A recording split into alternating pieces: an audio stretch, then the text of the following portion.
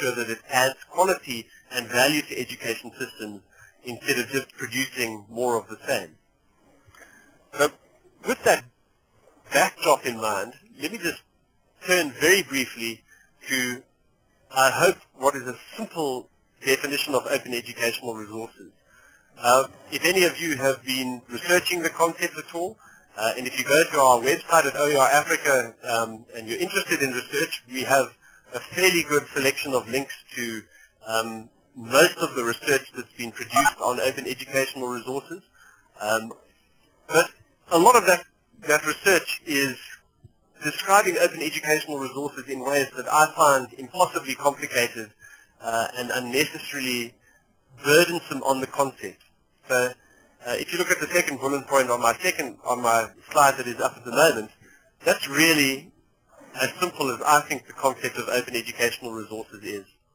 It describes educational resources that are freely available for use by, I'm being jumped around here, that are freely available for use by educators and learners without an accompanying need to pay royalties or license fees.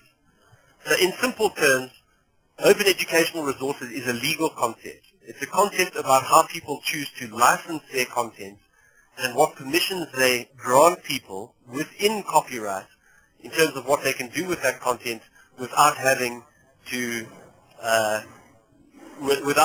ask specific permission from the copyright owner. And so, at its core, it's a legal concept. And as Fred Voss has indicated, I think that what the frameworks are quite clearly also trying to do is to ensure that as content is being shared, legally or otherwise, what we're trying to do with these licensing frameworks is ensure that there's recognition for the people who have produced the content, as increasingly they lose the ability to control that content. I'm not going to go into the detail of the licensing frameworks that are emerging to govern this sharing. There are a lot of quite complicated technical debates that take place within various of these licensing frameworks. Suffice it maybe to say that at the moment, the most popularly used licensing framework is something called the Creative Commons license. And if anyone is interested in learning more about the various kinds of licenses that the Creative Commons framework makes available for you, I'd advise that you go and spend a little bit of time on their website. It's very easy to understand. If you go to www.creativecommons.org, you can learn all about the different kinds of licenses that they have available. But in effect, the framework of licenses that the Creative Commons is trying to make available to people is basically, first of all, always trying to retain the right to recognition for authors, which is called attribution. In other words, letting authors know that, letting other people know that the author is entitled to the right to be recognized as the author of that work. Then in various other aspects of the license, in general the Creative Commons license is always allowing people to make copies of a piece of content without seeking explicit permission. But variants of those licenses also allow people to make adaptations to those resources without asking permission. For me, the notion of open educational content without the right to adapt a piece of content is in many instances quite an unhelpful way of sharing content, unless that content is a piece of research where it's very important that the research stays fixed as a moment in time, having described maybe the results or analysis of some data that is not in the interests of the author to have that changed in any particular way. So, in simple terms then, what open educational resources are is pieces of educational content that can be copied, shared, and generally, hopefully, adapted by other educators without them having to seek permission. And for us, this is a very important and very powerful concept, because what it allows people to do is to think about how they can draw on the common intellectual capital that exists in education systems all around the world, and that is very often just difficult to access, without necessarily having to pay on the one hand, without having to ask permission, and where we increasingly see sharing and building on other people's work as an asset instead of criminal or illegal behavior.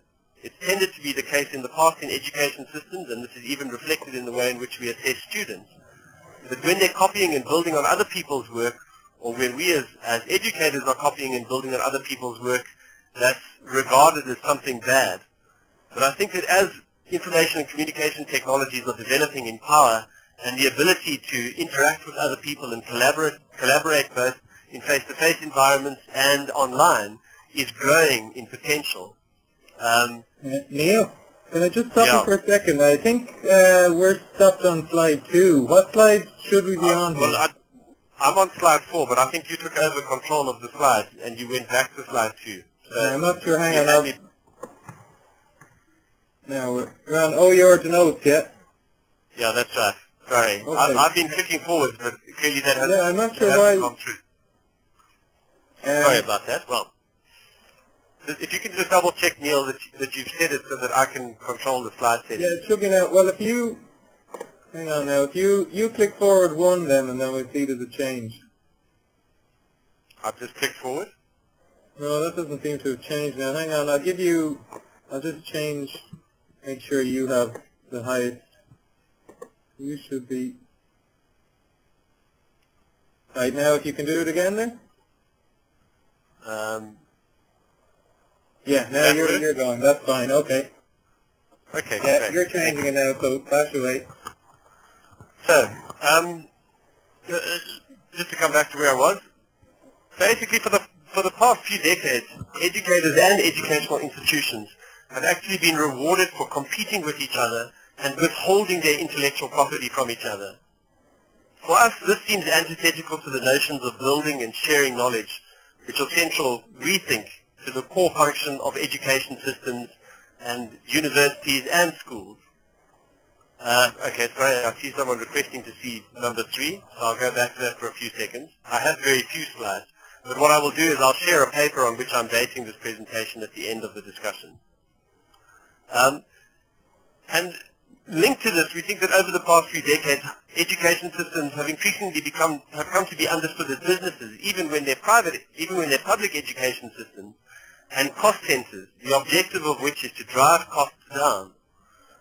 Whether you're driving costs down just in the running costs or in the price of producing the graduate at the end of courses or programs. So what we think is that even though the concept of OER itself is not going to change the realities that sharing is understood as has been understood historically as something that we're trying to guard against or protect against, we think that the notion of open educational content and open licensing offers us an opportunity to reconsider the economic value proposition of education. We think it provides a reason to change institutional and national policies and budgetary frameworks so that they actually reward collaboration and open sharing of knowledge rather than either penalizing it or ignoring it, like, for example, many universities do when they reward research publication over other pursuits, for example, such as time spent in designing educational programs, participating in collaborative materials development processes, or making produced materials freely available for others to use. So, in OER Africa, we've actually placed very strong emphasis on engaging with policymakers because our experience has been that academics and teachers, or at least a significant proportion of them, actually want to be able to share their intellectual capital. They perceive value in being able to interact with their peers, learning from others, and building on the common intellectual capital that would derive from that kind of activity. But unfortunately, the systems within which they work actually inhibit that kind of sharing. So what we're doing, particularly in the higher education sector at the moment, is placing a lot of emphasis on institutional policy engagement and national policy engagement to try to persuade people that they need to be restructuring reward systems in order to persuade people that there's value to be gained from riding this wave of sharing of open education